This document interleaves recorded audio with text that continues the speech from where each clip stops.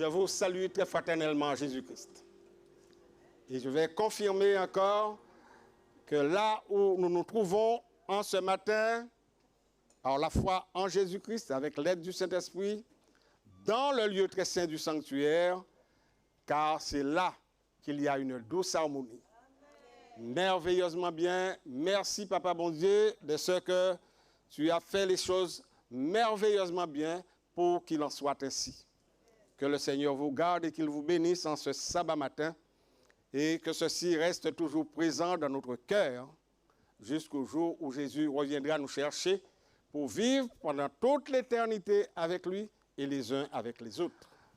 Le titre du sujet de ce matin, c'est « Vivre comme si Dieu n'existait pas ». Le texte d'introduction que notre jeune frère a lu ce matin est contenu dans le livre des Proverbes, chapitre 16, versets 6 à 7, qui nous dit ceci. « Par la bonté et la fidélité, on expie l'iniquité, et par la crainte de l'Éternel, on se détourne du mal. Quand l'Éternel approuve les voies d'un homme, il dispose favorablement à son égard, même ses ennemis. » La vie en général est une longue éducation qui nous apprend combien Dieu nous aime. Et tout ce qu'il a fait pour nous, pour que nous puissions comprendre les directives de la vie. On trouve dans l'Ancien Testament une mine d'or, une mine remplie d'or, remplie de pierres précieuses. C'est là, en général, que l'Évangile est dépeint d'une manière plus merveilleuse que dans le Nouveau Testament. C'est pourquoi il y a beaucoup d'entre nous qui ne comprennent pas l'importance de la première venue de Jésus-Christ et pourquoi il devait rester à Jérusalem lors de sa première venue après la résurrection. Et même en vous donnant plusieurs textes de l'Ancien Testament dont il faut les lire en tenant compte du temps composé des textes. Évidemment, avec la chaleur, je risque de brûler mon mouchoir très rapidement. Mais Dieu va rafraîchir le temps là où je me situe pour que je puisse vous transmettre sans faille le sujet de ce matin.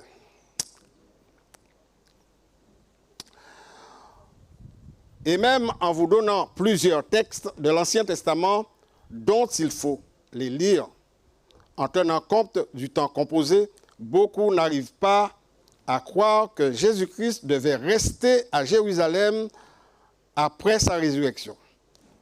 Voici un premier texte. Ce premier texte, c'est Jésus qui nous le donne. C'est dans le Nouveau Testament. Jean 5, verset 39, il est écrit « Vous sondez les Écritures parce que vous pensez avoir en elles la vie éternelle. » Mais quand Jésus disait cela, le Nouveau Testament n'était pas écrit encore. Il parlait de l'Ancien Testament.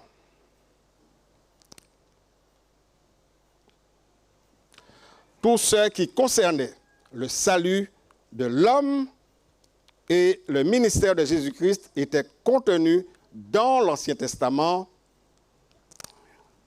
Et bien entendu, il y a d'autres textes encore, parce que je vais vous parler en ce matin concernant, bien entendu, les 2 ou 3 témoins qui est contenu dans la Bible, selon lequel nous devons tenir compte pour étudier la Bible. Dans Ézéchiel 43, verset 7 et Agé 2, 9, nous lisons ceci.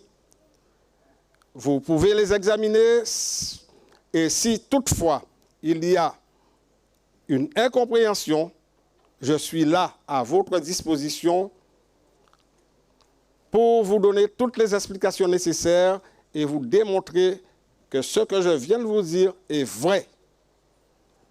Quand l'Éternel donne une révélation à un de ses serviteurs, il ne l'appelle pas à le garder pour lui-même, il veut que ce serviteur transmette ses révélations à son peuple entier, parce que vous et moi, nous sommes sur une même plateforme, dans le même bateau, et nous devons arriver tous ensemble à une juste compréhension des saintes écritures de Dieu.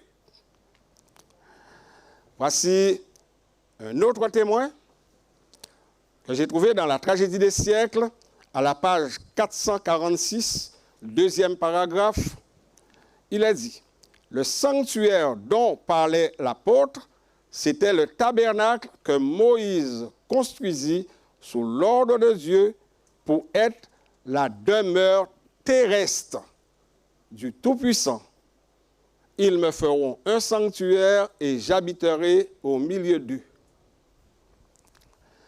Mais revenons, bien entendu, à notre sujet de ce matin, vivre comme si Dieu n'existait pas. Pour découvrir les mines d'or qui sont contenues, il faut en réalité chercher longtemps, avec un désir intense par la foi, comme un véritable chercheur d'or, qui est toujours récompensé par sa patience et son désir de devenir riche. Et quand il a découvert de l'or, il faut que le monde connaisse qu'il est devenu riche. Mais où il a pris? Mais c'est en fouillant, en creusant dans cette mine d'or qu'est la parole de Dieu, que nous avons tous en main, que nous lisons, que nous étudions jour après jour. C'est là que cette vraie richesse, vous et moi, Jésus-Christ vit en vous. C'est là, cette mine d'or, fouiller à comprendre, fouiller, comprendre cette mine d'or. Ce n'est pas par hasard que Jésus nous donne cet enseignement que la vie éternelle, c'est qu'ils te connaissent, toi le seul vrai Dieu, puis Jésus-Christ que tu as envoyé.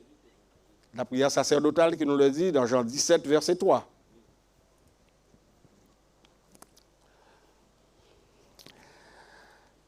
Je ne vais même pas vous inviter à prendre la Bible dans le livre des Rois, premier chapitre, au verset 1 et verset 17. Je vais vous commenter au fur et à mesure ces textes, mais je vais vous citer les références. Là, il s'agit de la rébellion de Moab. La Bible nous dit, Moab se révolta contre Israël après la mort d'Akab. Au verset 2, or Akazia tomba par le treillis de sa chambre haute à Samarie et il en fut malade. Akazia, c'était le fils d'Akab, successeur de son père. Akab était déjà mort à ce moment-là. Il fit partir des messagers et leur dit, « Allez, consultez Baal-Zéboub, dieu des coins, pour savoir si je guérirai de cette maladie. » Mais l'ange de l'Éternel dit à Élie de Tishbite, « Lève-toi, monte à la rencontre des messagers du roi de Samarie et dis-leur, est-ce parce qu'il n'y a point de Dieu en Israël que vous allez consulter Baal-Zéboub, dieu des coins? » Verset 4, « C'est pourquoi ainsi parle l'Éternel, tu ne descendras pas du lit sur lequel tu es monté, car tu mourras. » Et Élie s'en alla, et Akazia mourut dans ses péchés. Un tout petit rappel, mes chers amis, il est nécessaire de lire plusieurs versets et plusieurs textes pour mieux comprendre le déroulement de cette histoire. Et par la suite, les leçons spirituelles seront plus faciles à comprendre pour la suite de notre vie spirituelle. Le roi Akab, avec lequel le prophète Élie a eu plusieurs confrontations, par exemple sur le mont Carmel, il était mort dans une bataille contre la Syrie.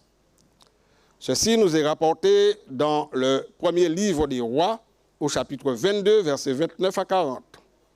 Et le verset 40 nous apprend que Akab se coucha avec ses pères et Akazia, son fils, qui règne à sa place. Et dans 1 roi, chapitre 22, 52 à 54, nous lisons ce qui suit.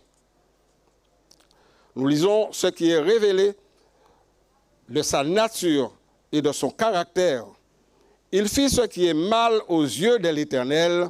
Il marcha dans les voies de son père qui avait fait pécher Israël. Ça, c'est terrible, bien qu'il connaissait l'Éternel. Le premier chapitre du second livre des rois relate l'échec de la vie d'Akazia au service du peuple de Dieu. Nous allons l'examiner et tirer les leçons que cela comporte pour notre croissance spirituelle. La première leçon à retirer dans ce chapitre, c'est la rébellion de Moab. Qui était Moab? Moab était un descendant de Lot, neveu d'Abraham, qui a eu des enfants avec sa fille aînée. Vous trouverez cela dans le chapitre 19 du livre de la Genèse au verset 30 et 37. Au verset 1er du livre des rois, Moab se révolta contre Israël après la mort d'Akab. Quelles leçons pouvons-nous apprendre de ce sujet? En effet,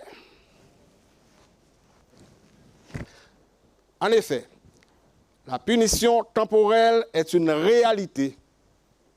Les Moabites étaient une nation que le roi David avait vaincue et assujettie en accomplissant la prophétie faite à leur sujet par Balaam à l'époque de Moïse dans le livre des Nombres, chapitre 24, verset 17. Je le vois, non maintenant, je le contemple, mais non de près. Un astre sort de Jacob, un sceptre s'élève en Israël, il perce le flanc de Moab. Et dans 2 Samuel 8, verset 2, David battit les Moabites. Et les Moabites furent assujettis à David et lui payèrent un tribut. Par la suite, ce tribut annuel fut payé à la nation d'Israël.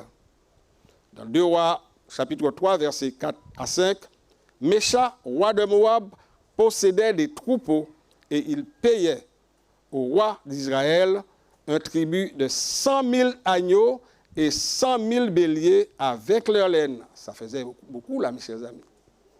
C'est un manque à gagner, là. À la mort d'Akab, le roi de Moab se révolta contre le roi d'Israël.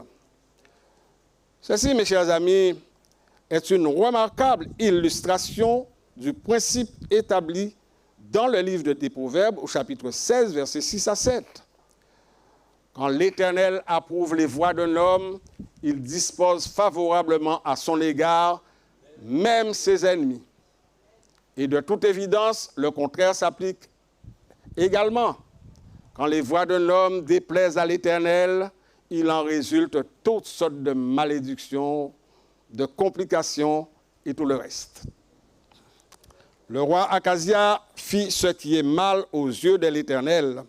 Il irrita l'Éternel, le Dieu d'Israël. Et bien entendu, les conséquences ne se furent pas à attendre. Les Moabites secourèrent le joug d'Israël et refusèrent de continuer à payer le tribut. La cause profonde de cette rébellion résidait dans l'iniquité qui était dans le cœur d'Akazia.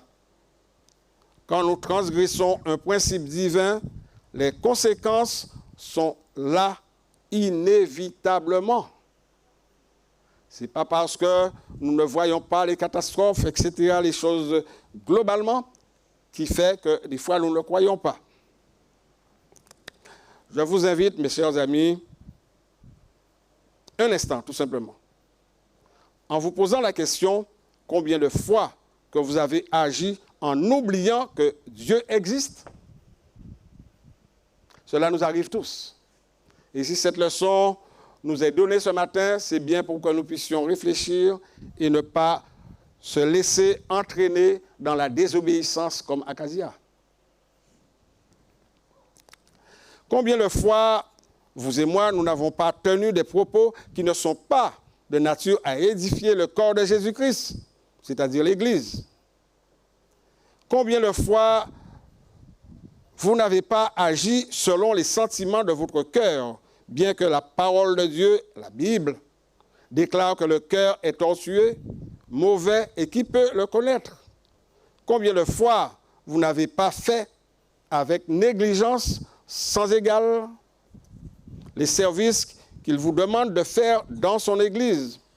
Est-il possible, mes chers amis, est-il possible qu'il n'y ait pas d'animateur suffisant pour l'école du sabbat? ou encore dans d'autres départements. Quand Dieu nous a fait des dons, c'est pour le mettre à son service. Que ce soit des dons innés ou acquis, Dieu veut que nous utilisions ces dons pour faire progresser son corps qui est l'Église. Dieu nous a donné des dons afin de les mettre à son service. Et ça, je le reprends. Il nous a donné des responsabilités dans l'Église, que ce soit membre d'Église, que ce soit pasteur, président, ou etc. Très souvent, par manque de discernement, nous agissons comme Acasia.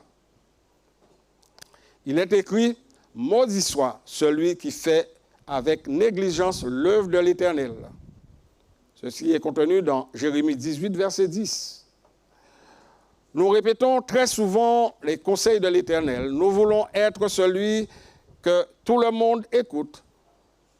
Nous décidons de faire nous décidons de suivre nos propres voies et faire tout ce qui nous plaît, comme ce fut le cas du roi Acasia. Donc, là, nous avons examiné le premier point qui était la rébellion de Moab et nous avons parlé de la punition naturelle. Le deuxième point, il s'agit de l'accident survenu à Acasia, 2 Rois chapitre 1er, verset 2. La Bible nous dit qu'il tomba par le treillis de sa chambre haute à Samarie et il en fut malade. Les conséquences de cette chute furent très graves. Elles devenaient même irréparables. Quelles leçons pouvons-nous apprendre de cette situation? Dieu nous accorde un temps pour rentrer en nous-mêmes, pour examiner nos mobiles et nous repentir afin d'obtenir le pardon. Nous en avons parlé dans la leçon de l'école du sabbat ce matin. Question de la repentance et du pardon. Acasia aurait pu mourir de suite, mais Dieu a usé de patience envers lui, comme il est écrit, « Je ne veux pas que le méchant meure, mais je veux qu'il change de conduite et qu'il vive. » Il avait reçu un premier avertissement par la rébellion de Moab. Maintenant, Dieu lui parlait par cette souffrance physique. Elle était comme une voix du ciel qui lui dit « Attention, réfléchis. Maintenant, sur ce qui t'arrive, examine ta vie, reconsidère tes voies, repens-toi, engage-toi dans une nouvelle direction. » Je vous invite encore une fois, mes chers amis, à réfléchir un instant. Lorsque survient la maladie ou un accident, Dieu veut nous parler. Il nous invite à réfléchir et à étudier notre vie passée et à réexaminer nos mobiles profonds, l'orientation de notre existence. Il nous fait comprendre qu'il nous donne une occasion de faire le point, de changer notre existence et de nous tourner vers lui pour avoir la vie sauve. Car c'est lui qui détient la vie. À l'époque de Pierre, l'apôtre Pierre, les railleurs de son temps, marchant selon leur propre convoitise, disaient « Mais où est la promesse de son avènement? Car depuis que nos pères sont morts, toutes choses demeurent comme dès le commencement de la création. » Et oui, l'apôtre Pierre, sous l'influence du Saint-Esprit, a répondu très judicieusement. 2 Pierre 3, verset 4 et verset 9. Le Seigneur ne tarde pas dans l'accomplissement de sa promesse comme quelques-uns le croient, mais il use de patience envers vous, ne voulant qu'aucun périsse, mais voulant que tous arrivent à la repentance.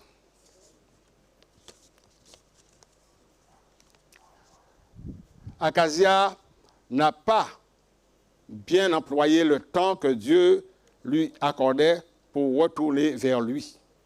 L'Écriture sainte ne fait aucune mention de repentir. Acasia est mort dans ses péchés, terminé pour toujours. Mes chers amis, je me permets de m'adresser à vous un instant. Comment employez-vous le temps que Dieu met à votre disposition et les occasions pour agir fidèlement à son service? C'est vous-même tout simplement qui pourra répondre à cette question. La Bible déclare qu'il est monté en haut et il a fait des dons aux hommes. Ces dons, c'est pour l'édification de son corps, c'est-à-dire l'Église. Comment se fait-il, dans une nomination, il est difficile de trouver des personnes pour œuvrer dans les différents départements? Y a-t-il de l'infidélité dans l'Église?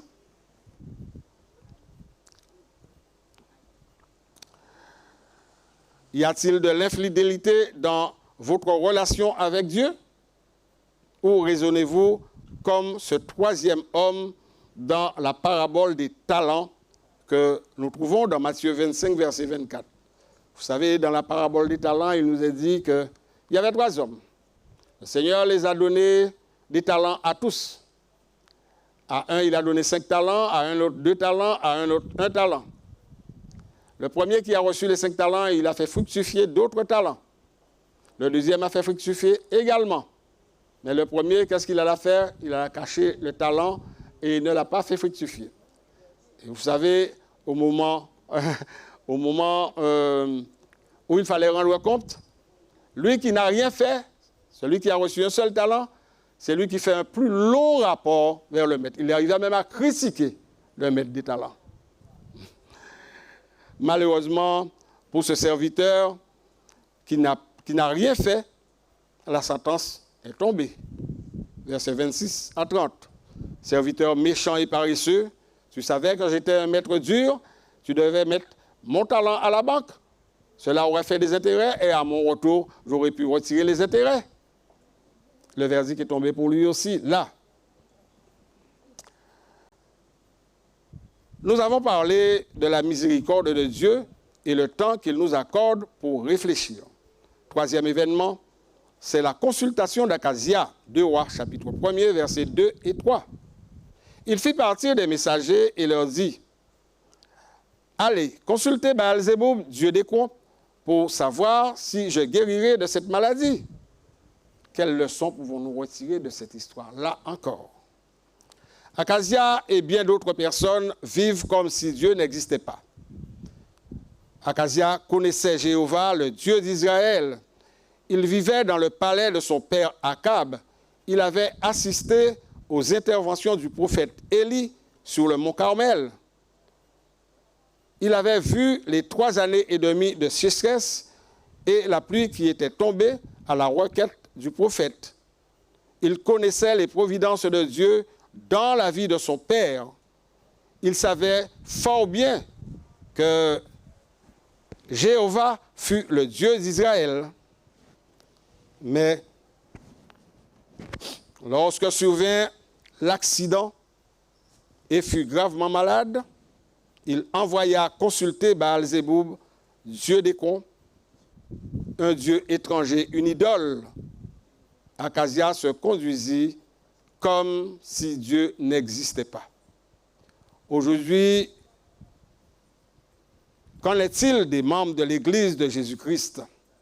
Puisque vous et moi, puisque je vous rappelle que nous appartenons doublement à Jésus-Christ, par droit de création et par droit de rachat.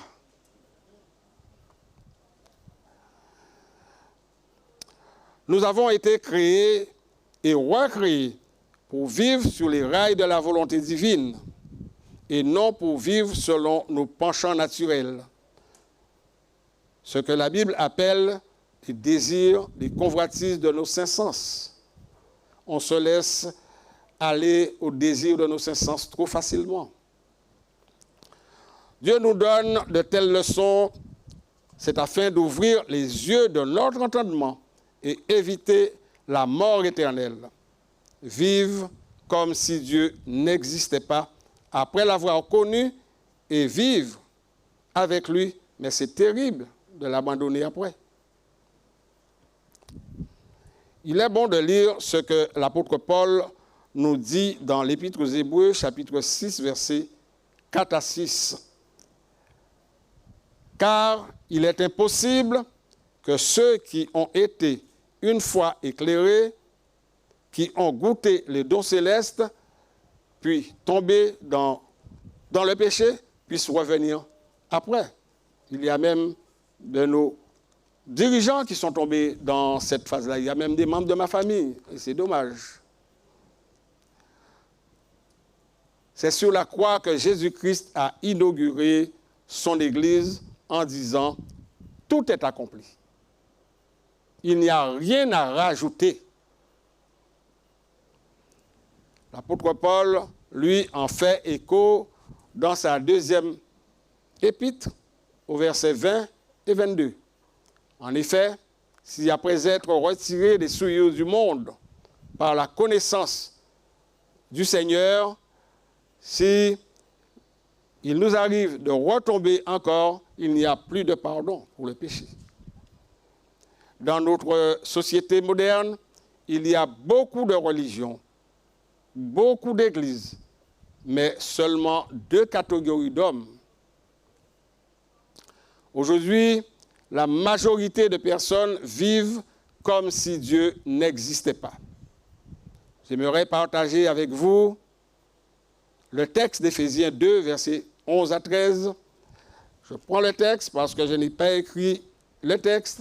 Éphésiens 2.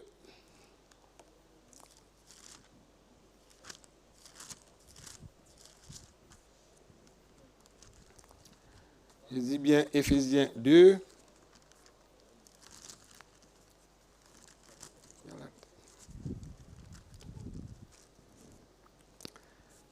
Éphésiens 2, versets 11 à 13, il nous est dit, « C'est pourquoi vous, autrefois païens dans la chair, appelés incirconcis par ceux qu'on appelle circoncis, et qui sont dans la chair par la main de l'homme, souvenez-vous que vous étiez en ce temps-là, sans Christ, privés du droit de cité en Israël, étrangers aux alliances de la promesse, sans espérance et sans Dieu dans le monde. Mais maintenant, en Jésus-Christ, vous qui étiez jadis éloignés, vous avez été rapprochés par le sang de Christ. » Merveilleusement bien, ça démontre quand même l'amour incommensurable de Dieu pour ces sujets. Paul nous rappelle aussi qu'avant notre connaissance de Jésus-Christ, nous vivions sans Dieu dans le monde. Nous vivions comme si Dieu n'existait pas. Et il ajoute, vous qui étiez jadis éloignés, vous avez été rapprochés par le sang de Christ. C'est une invitation à vivre en sa présence et que votre vie rentre dans un cadre nouveau, mais qu'elle suit plutôt une orientation entièrement différente, puisque nous savons que maintenant Dieu existe. Autrement, on ne serait pas là ce matin en train d'écouter sa parole, d'étudier sa leçon, de chanter à sa gloire. Je me permets de vous poser là encore 2 petites questions et que vous pourrez garder pour vous-même. Mes chers amis, savez-vous que Dieu existe? D'accord. La deuxième question, vivez-vous comme si Dieu existe vraiment? Dieu soit loué. Le 4e événement, il s'agit du châtiment infligé aux soldats du roi. Ça, on ne doit pas y manquer. Élie répondit au chef des 50, puisqu'Akazia avait envoyé 2 chefs de 50 avec leurs 50 hommes. Si je suis un homme de Dieu, que le feu descende du ciel et te consume, toi et tes 50 hommes. Et le feu descendit du ciel et le consuma, lui et ses 50 hommes. Akazia envoya de nouveau un autre chef de 50 avec ses 50 hommes. La même chose arriva. Vous gens comprendre? Ben, marquez faire comprendre. C'est Dieu qui parle, là, c'est pas moi qui dit ça. Mais quelles leçons pouvons-nous apprendre? Le jugement de Dieu et la condamnation sont inévitables pour ceux qui ignorent délibérément Dieu. Sur le mont Carmel, ses chefs et leurs 50 hommes avaient vu le feu descendre du ciel et sur le sacrifice d'Élie. La crainte et le respect auraient dû accompagner leur attitude. Mais ils choisirent d'ignorer la présence du Dieu Tout-Puissant. Une fois que le verdict est prononcé, la sentence fut exécutée à l'instant même. Dans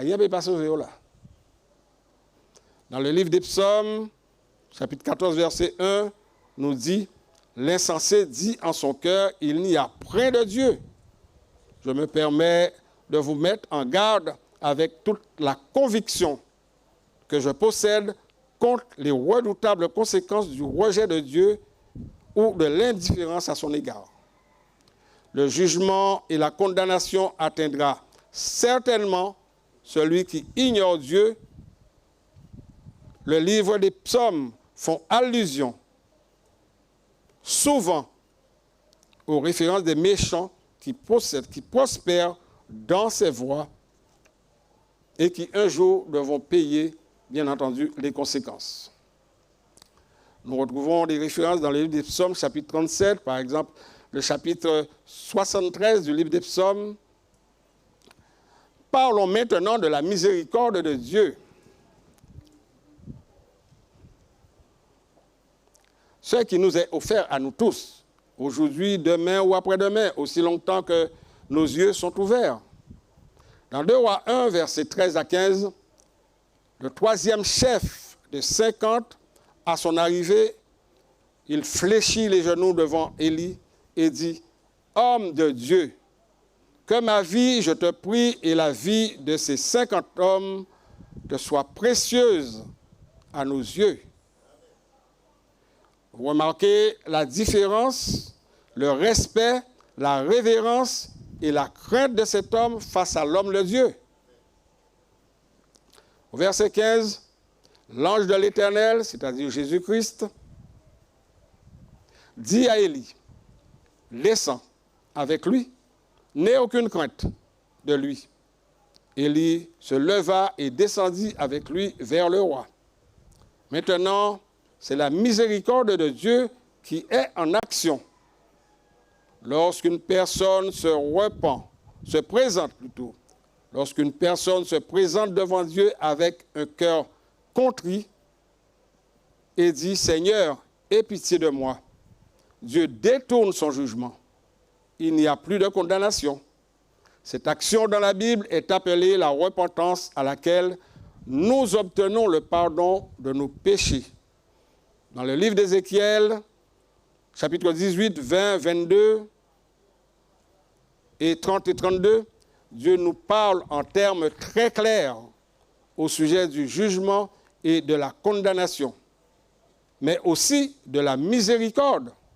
L'âme qui pêche, c'est celle qui mourra. Le fils ne portera pas l'iniquité de son père, et le père ne portera pas l'iniquité de son fils. Le juste jugement de Dieu est inexorable, mais nous pouvons échapper à ses conséquences en nous repentant. C'était la leçon de ce matin-là encore.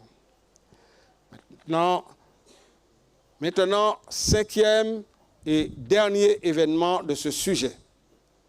C'est la présence d'Élie dans la maison du roi. Versets 15 et 16, l'ange de l'Éternel dit à Élie, « Descends avec lui, n'aie aucune crainte. » Quand nous servons l'Éternel, véritablement, nous devons craindre de rien, absolument rien. Quelles leçons pouvons-nous apprendre de cette expérience? Dieu prend soin de ceux qui lui servent et qui lui observent, qui lui obéissent plutôt. Il ne faut pas oublier que la mère d'Akazia, Jézabel, vieille femme païenne, malfaisante, vivait encore là où Élie devait se présenter. Cette femme était toujours remplie de haine contre Élie. Que le jour où il avait dit à Élie, après qu'Élie avait fait égorger tous ses prophètes, elle avait dit à Élie, si demain à 7 heures je ne fais pas de toi ce que tu as fait à mes prophètes, non pas Jézabel.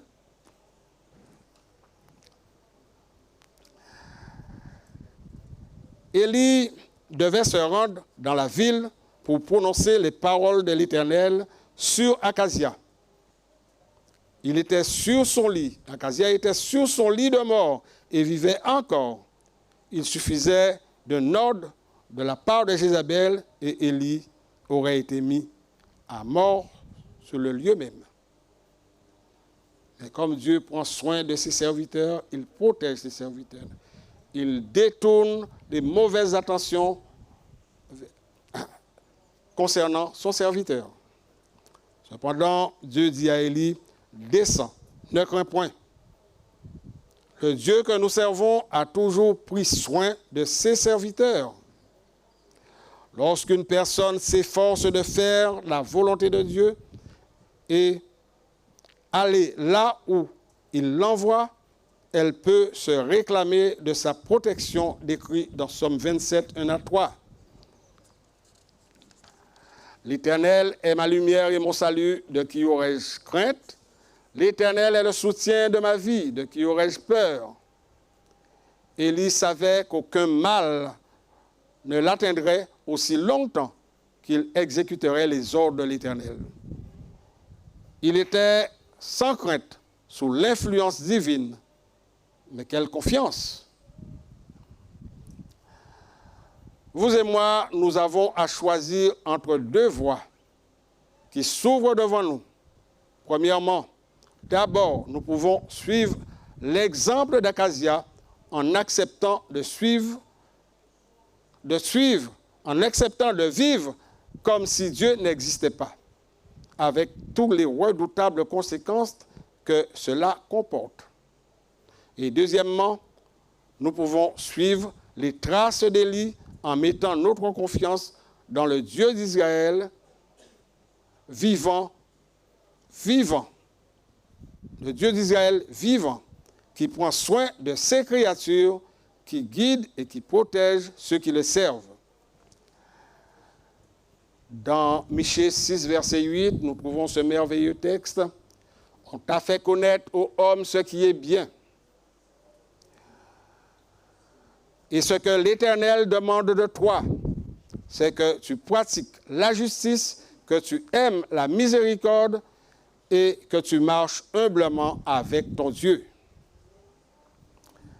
La petite expérience que je vais vous relater pour mettre un terme à ce sujet, c'est l'expérience que Martin Luther, l'artisan de la Réforme, a vécue avec sa femme.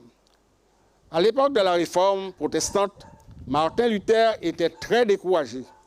Il était accablé par d'innombrables problèmes et de toutes sortes. Il ne savait pas comment y faire face. Il était prêt à abandonner la partie. Un beau matin, en descendant pour prendre son petit déjeuner, il trouva sa femme vêtue de noir, des pieds à la tête. C'est là que vous posez des questions. Luther lui posa la question, « Mais qui est-ce qui est mort ?» Elle lui répondit calmement, « Martin, Dieu est mort. » Il se dressa de son indomptable énergie et s'écria, « Jamais! Dieu n'est pas mort. Il vit éternellement. » Elle répondit, « Mais Martin, tu as agi comme si Dieu était mort. » Alors je me suis posé la question. Martin Luther n'a pas eu de peine à comprendre la leçon. Il repartit avec un nouveau courage. Ce petit incident de la vie de Luther changea le cours de la Réformation et par là même la cour de l'histoire du monde occidental. Croire et vivre avec la certitude que Dieu existe fait une différence fondamentale. il est écrit, car